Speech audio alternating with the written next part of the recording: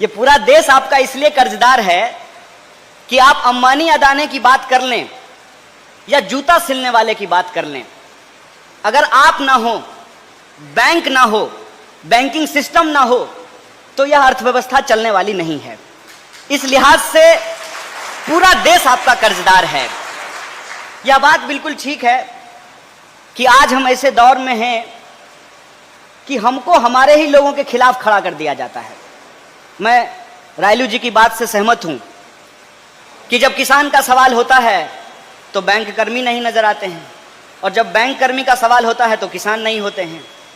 जब किसान बोल रहा होता है तो मजदूर चुप होते हैं, और जब मजदूर बोल रहा होता है तो नौजवान चुप होते हैं। जब नौजवान बोल रहे होते हैं तो विद्यार्थी नहीं बोलता है। जब विद्यार्थी बोल रहा होता है तो महिला चुप होती है। जब महिला बोल रही होती है तो समाज के दूसरे तबके के लोग चुप होते हैं।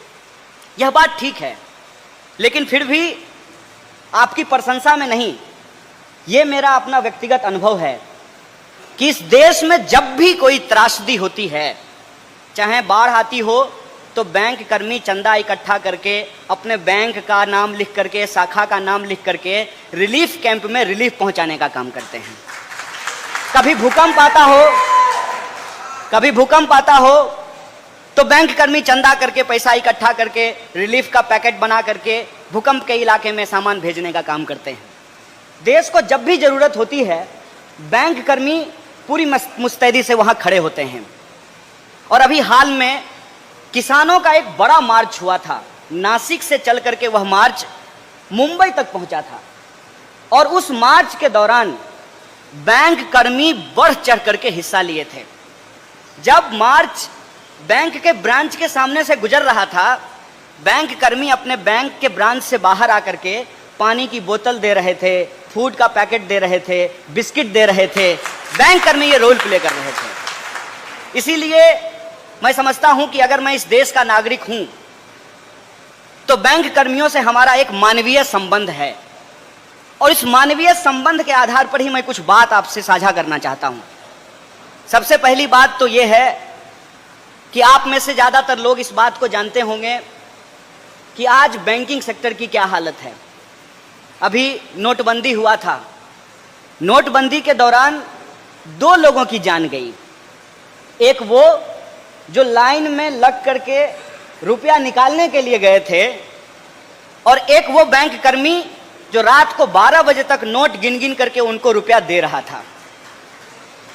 लेकिन प्रश्न ये है कि जब देश के ऊपर कोई संकट आता है, जब सरकार कोई नीति लेकर के आती है, तो उसको इंप्लीमेंट करने का काम बैंक कर्मी करते हैं, बैंक एम्प्लॉयज करते हैं। लेकिन जब बैंक का सवाल आता है, जब बैंक एम्प्लॉयज के पीएफ का सवाल हो, वेज का सवाल हो, पेंशन का सवाल हो, उनके दूसरे सोशल सिक्योरिटी का सवाल हो, तो उनके सवालों को गुमराह कर दिया जाता है। एक चीज आप लोग भी महसूस करते होंगे कि जब आप शाखा में काम कर रहे होते हैं तो आप सर्विस प्रोवाइडर होते हैं, और मैं बतौर ग्राहक यदि बैंक पहुंचा हूं, as a consumer, as a account holder, जब मैं बैंक पहुंचा हूं तो मेरी अपनी जल्दी है।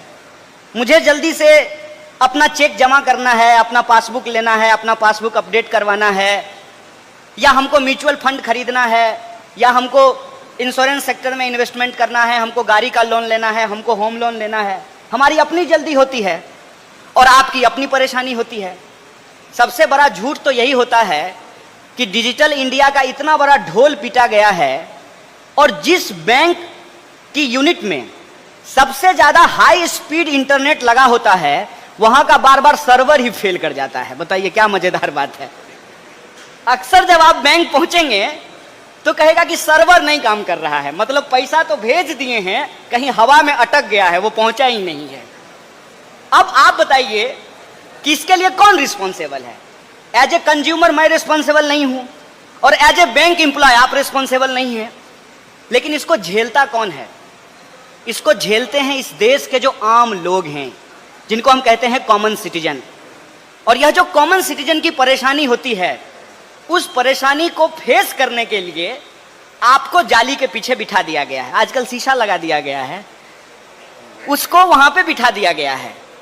प्रश्न ये है कि पब्लिक को फेस करें आप, पब्लिक का गुस्सा फेस करें आप, और पब्लिक आप ही को कामचोर समझती है। आखिर इसके लिए कौन जिम्मेवार है? इस बात पर एक बार गंभीरता से विचार कीजिएगा। और रायलू साहब थोड़े एग्रेशन में और गुस्से में यह बात कह रहे थे, लेकिन अगर शांतिपूर्वक इस बात को सोचा जाए तो जो लोग, आवाज नहीं आ रही है क्या मेरी? अच्छा ठीक, ये रुकावट बन रहा था। प्रश्न ये है कि आप पब्लिक डीलिंग में हैं, आप पब्लिक सर्विस में हैं, आपको पब्लिक का गुस्सा झेलना पड़ता है, और पब्लिक का डिमांड भी जायज है। पब्लिक का डिमांड ऐसे जायज है कि एक बात सोच के बताइए, सरकार ने पहले कहा कि खाता खुलवा लीजिए, कैशलेस इकोनॉमी होगी, तो मारे लोग लाइन लग करके खाता खुलवाने लगे, जनधन का खाता, तरह तरह का खाता लोग खुलवाने लगे। खाता जब खुल गया तब बैंक बोली कि आपको मिनिमम बैलेंस मेंटेन करना पड़ेगा। अब बताइए, मिनिमम बैलेंस कौन मेंटेन नहीं कर सकता है? मिनिमम बैलेंस तो हमारे जैसे लोग ही मेंटेन नहीं कर पाएंगे ना, जिनका कोई फिक्स इनकम नहीं है, रिक्शा चलाने वाला, ठेला चलाने वाला, सब्जी बेचने वाला, जूता सिलने वाला, नौजवान, विद्यार्थी, महिला, जो कभी कभी पति रात को सो गए हैं तो जेब टटोल करके देख लेती है कि कुछ इसमें बचा हुआ है कि नहीं है, अगर कुछ बचा हुआ है तो सेविंग अकाउंट में इसको डाल दिया जाए। तो वो मिनिमम बैलेंस कहाँ से मेंटेन करेंगे? और मिनिमम बैलेंस जब वो मेंटेन नहीं करेंगे तब बैंक उनके ऊपर चार्ज करेगी, और बैंक जब चार्ज करेगी तो उनको लगेगा कि चलो खाता बंद करो। तो सरकार रातों रात एक पॉलिसी लेकर के आई, मन में आया, सपना आया, सरकार एक पॉलिसी ले आई। अब उसको इंप्लीमेंट कौन करेगा? उसको इंप्लीमेंट करेंगे आप लोग। और जब आप उसको इंप्लीमेंट करने के लिए गए तो उसका कुल परिणाम क्या हुआ? कुल परिणाम ये हुआ कि आरबीआई बोली है, ये हम नहीं बोल रहे हैं, ये कम्युनिस्ट पार्टी के लोग या भाजपा के लोग नहीं बोल रहे हैं, ये आरबीआई बोल रही है कि जितना 1000 और 500 का नोट था वो सब वापस जमा हो गया। नेपाल वाला तो अभी तक आया भी नहीं है, वो तो एक्सीड कर जाएगा। तो आखिर ब्लैक मनी कहाँ गया? डीमोनेटाइजेशन का जो बेसिक उद्देश्य था कि ब्लैक मनी को वापस ले लिया जाएगा, उस बात से सरकार मुकर गई। सरकार कुछ और बोलने लगी। जैसे आप गए हो सब्जी के दुकान पे सब्जी खरीदने के लिए, और दुकानदार के पास सब्जी नहीं हो तो वो कहे कि आम ले लीजिए। पता है इसका कोई मतलब है? जरूरत थी नोटबंदी करने की, सरकार का तर्क ये था कि इससे ब्लैक मनी वापस आ जाएगा।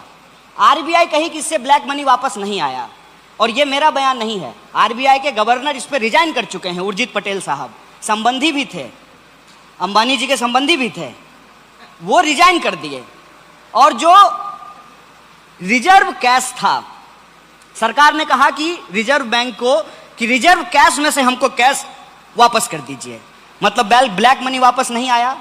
और बात को घुमाने के लिए क्या कहा गया कि दरअसल नोटबंदी इसलिए की गई थी ताकि नक्सलवाद और आतंकवाद की समस्या इससे समाप्त हो जाएगी।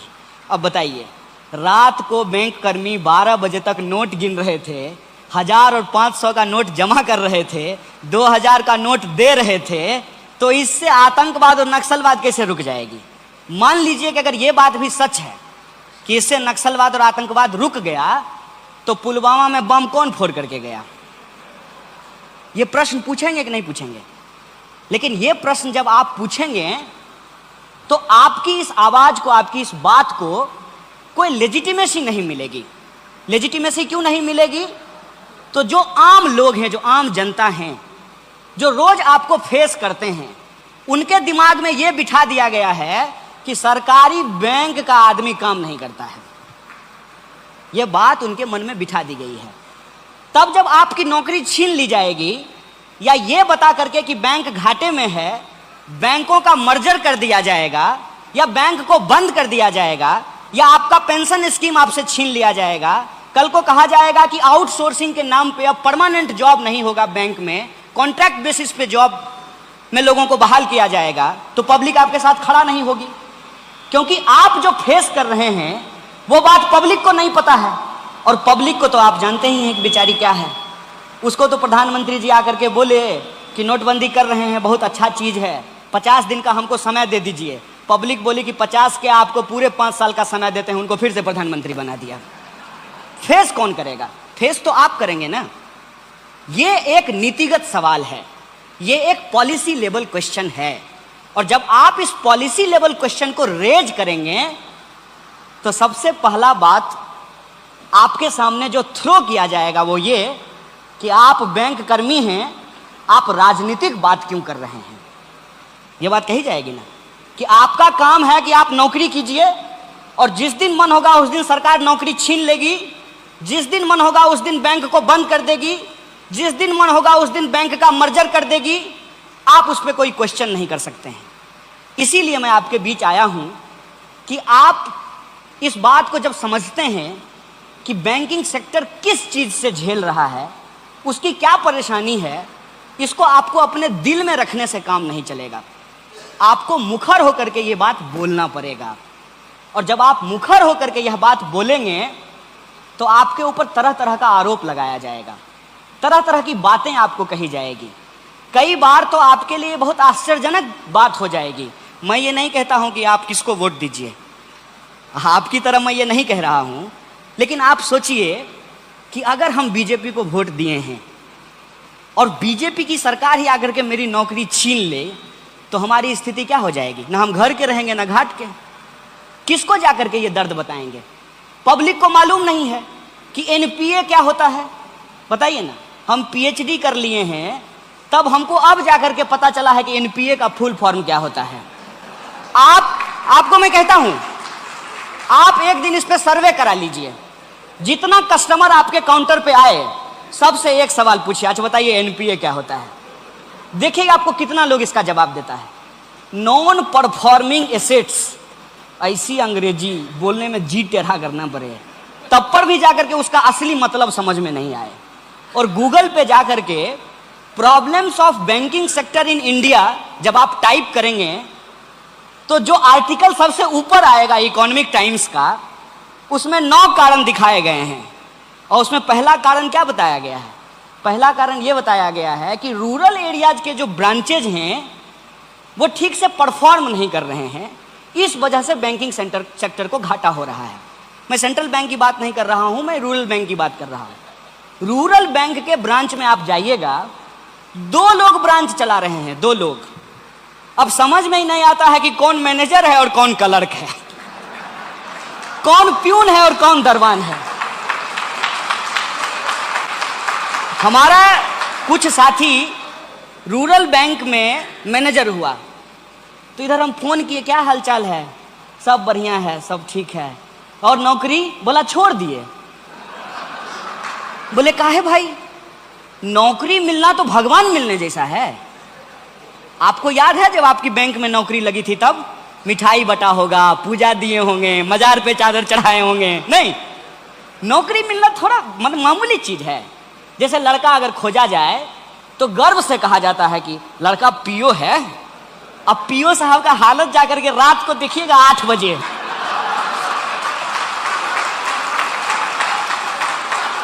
उनको हम एक बार देख लिए ना, कहे ए भाई, कौन कहता है कि प्रधानमंत्री देश चलाता है? देश तो पीओ चला रहा है। दिन भर का कैश से लेकर के, सिक्का से लेकर के, डेबिट क्रेडिट खाता मिला करके तब ताला मार करके पीओ साहब जाएंगे। यही स्थिति है ना। किस वर्किंग कंडीशन में आप काम करते हैं? वो बोला कि एक तो जो है कभी बाढ़ में, सुखाड़ में, जंगल में, पहाड़ में ब्रांच होता है, वहां की नौकरी है। 2 एम्प्लॉय हैं, एगो को बैंक में छोड़ करके जाते हैं, कभी काउंटर पे बैठता है, कभी गेट पर आता है। और उसके बाद हम फील्ड में जाते हैं, क्या वसूलने के लिए? एनपीए रिकवर करने के लिए जाते हैं।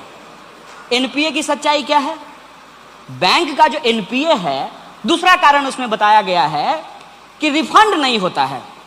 जो लोग लोन लेते हैं वो रिफंड नहीं करते हैं। कौन रिफंड नहीं करता है? बड़ा एकदम हाईलाइट करके लिखा हुआ है। तो किसान रिफंड नहीं करते हैं। अब आप बताइए, आप सब बैंक कर्मी हैं, ईमानदारी से बताइए, बैंक का पैसा सबसे ज्यादा कौन चुराता है? किसान चुराता है। किसान चुराता है कि कॉर्पोरेट चुराता है? कॉर्पोरेट चुराता है ना।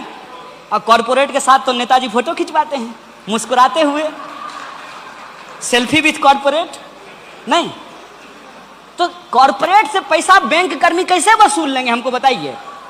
अगर लोकल एरिया का एमपी लोकल एरिया के ठेकेदार के साथ फोटो खिंचाएगा, मैनेजर बाबू का हिम्मत है कि उससे उसका गाड़ी उसके घर पर से खींच के ले आएंगे? है हिम्मत?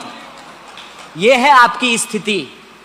और ये जो स्थिति है, इस स्थिति पे आप कब तक चुप रहेंगे?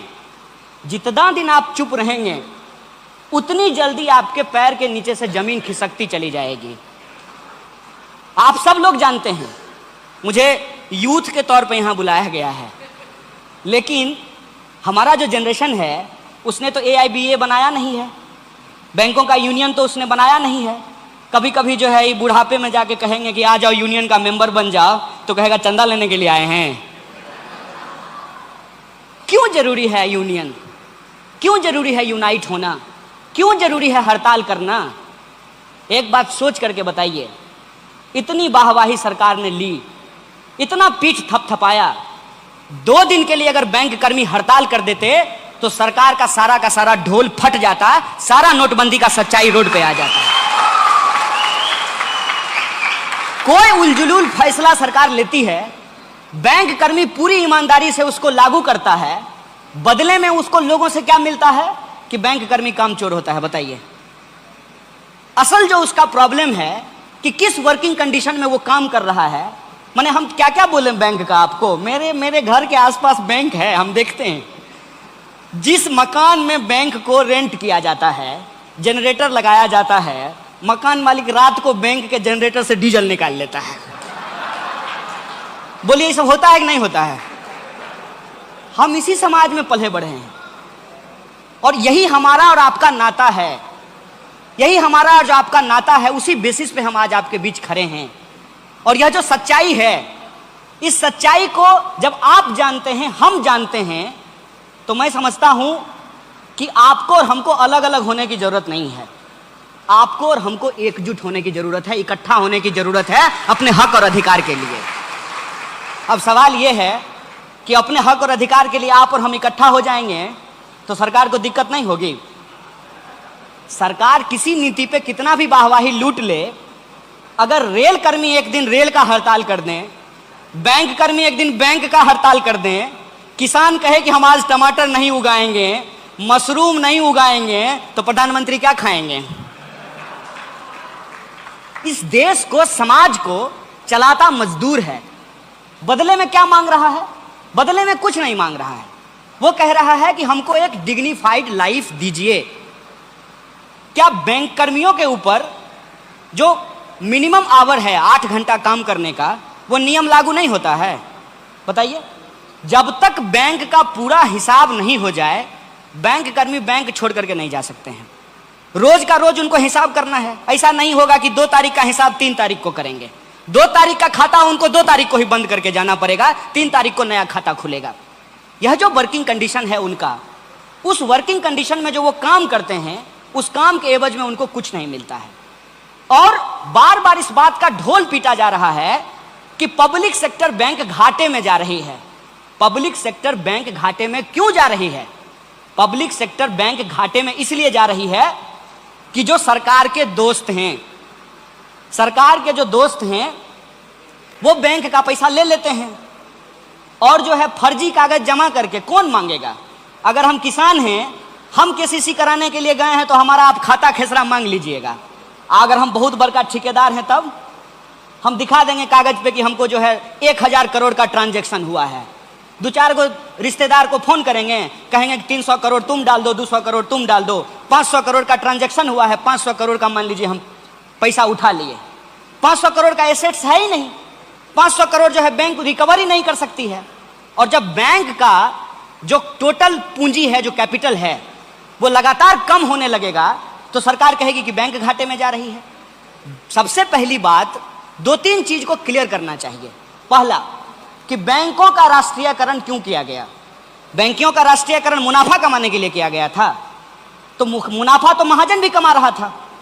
जब देश में महाजनी व्यवस्था थी तो क्या महाजन को मुनाफा नहीं हो रहा था? हो रहा था ना भाई। बैंक से महंगा लोन देता था, ज्यादा इंटरेस्ट रेट पे लोन देता था, लेकिन सिस्टम तो चल रहा था ना। राष्ट्रीयकरण करने का मूल उद्देश्य क्या था? राष्ट्रीयकरण करने का मूल उद्देश्य